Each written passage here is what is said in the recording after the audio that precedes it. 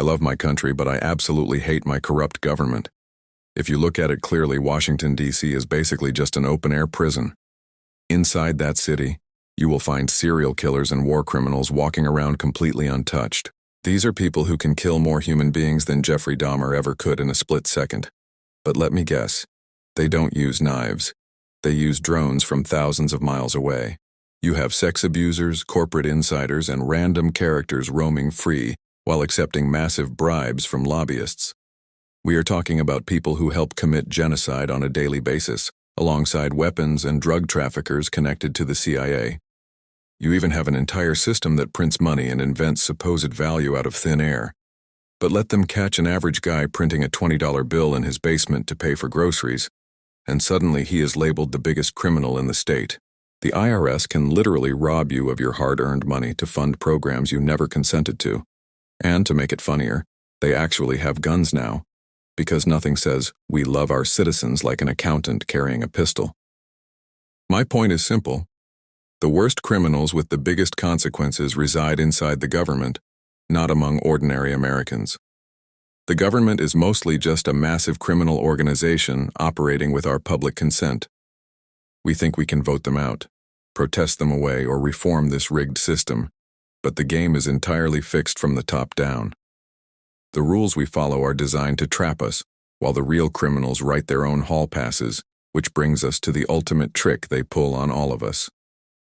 To understand why we can never defeat this setup, we have to look at their ultimate superpower, which is a total monopoly on what is considered legal. Think about it this way. If a regular guy takes money out of your wallet without your permission to buy himself something nice, we call that stealing, and he goes straight to jail. But when the IRS does the exact same thing to fund a foreign war you completely stand against, they call it a civic duty. They do not actually break the law like common street criminals do. Instead, they simply sit in comfortable chairs and rewrite the rules so that their biggest crimes are completely legal before they even commit them. Take the infamous case of the Federal Reserve during the 2008 financial crisis, where they basically printed over $4 trillion out of thin air to bail out Wall Street banks that messed up the entire global economy. As the legendary comedian George Carlin once famously said, "It's a big club and you ain't in it." Which becomes incredibly obvious when you realize that if you tried to print just a few $100s on a high-quality inkjet printer in your kitchen to save your own family from eviction, an armed SWAT team would kick down your front door. They have legally protected their right to devalue your life savings through inflation, while making sure you get a federal felony charge for trying the exact same trick. But the money printing is only half the story, because the real magic happens when you realize exactly how they buy the politicians who protect this entire operation in the first place. This brings us directly to the engine that keeps this entire machine running smoothly, which is a beautifully designed system of legalized bribery that they call lobbying. In the real world, if you hand an inspector a fat envelope of cash to overlook a massive safety violation, you go to prison for bribery. But on Capitol Hill, if a massive weapons manufacturer hands a politician millions of dollars through a political action committee to vote for a brand new war, it is just considered standard business. A perfect example of this happened in 2010 with the infamous Citizens United Supreme Court decision, which basically ruled that corporations are technically people and can spend an unlimited amount of money to buy political influence. It is a brilliant setup because the system does not actually suffer from corruption.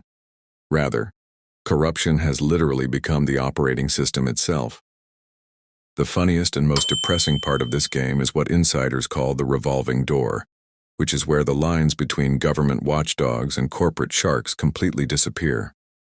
For instance, former Secretary of Defense James Mattis famously went straight from running the American military to sitting on the board of General Dynamics, a massive defense contractor that makes billions from government war contracts. Generals approve the purchase of expensive bombs, retire from the military, and then immediately take high-paying corporate board seats at the exact same companies that build those bombs. They are essentially grading their own homework and getting paid millions to do it. But to keep a scam this obvious going for decades without a total revolution, they need a very specific psychological trick to keep the public from looking up. This is where we have to look at how a criminal organization manages to get millions of everyday people to give them their enthusiastic consent which is achieved through a psychological tool that the famous thinker Noam Chomsky called manufacturing consent. The trick is remarkably simple.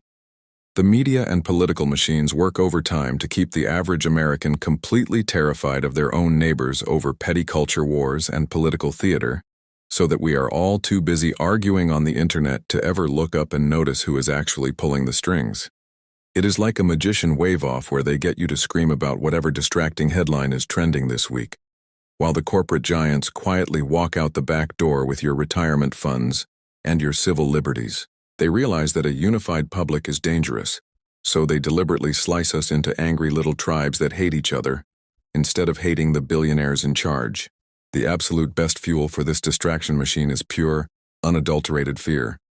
Whether it is a threat of economic collapse, a new virus, or a terrifying foreign enemy.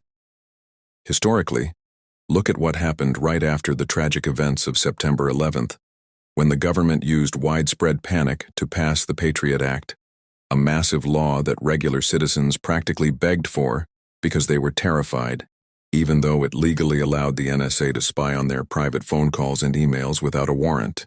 They scare you into believing that the world is burning down, and then they graciously offer to save you, provided you hand over a little more of your hard-earned money and a lot more of your personal freedom for protection.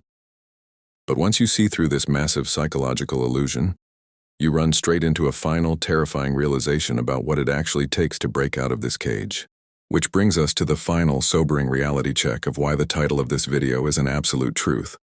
We can never defeat the oligarchy in the traditional sense because we are trying to play a game where they own the board, the pieces, and the referee. Expecting to vote away corruption or sue a multi-billion-dollar war criminal in a federal court is like asking a casino owner to let you win the jackpot just because you asked nicely. Those voting booths and legal courts were built by the very same rulers to keep us running on a harmless hamster wheel of false hope. Historically, you can look at the historic Occupy Wall Street protests back in 2011, where thousands of passionate people camped out in the streets demanding accountability for financial crimes, only for the government and corporate media to completely ignore their demands, slowly dismantle the movement, and ultimately protect the billionaires while the average guy got a criminal record for trespassing. But this final realization is not supposed to make you sink into a dark pit of absolute despair. Instead, it is a necessary awakening to a state of total realism. The moment you stop believing the comforting lie that our political system is simply broken and needs to be fixed, you finally see the truth that it is not broken at all. It is actually working exactly as it was beautifully designed to work. Reclaiming your own personal independence and peace of mind begins the second you stop wasting your valuable energy trying to change a rigged machine that treats you like an asset, and instead focus entirely on building your own self-reliance, protecting your family, and refusing to fall for their psychological traps ever again.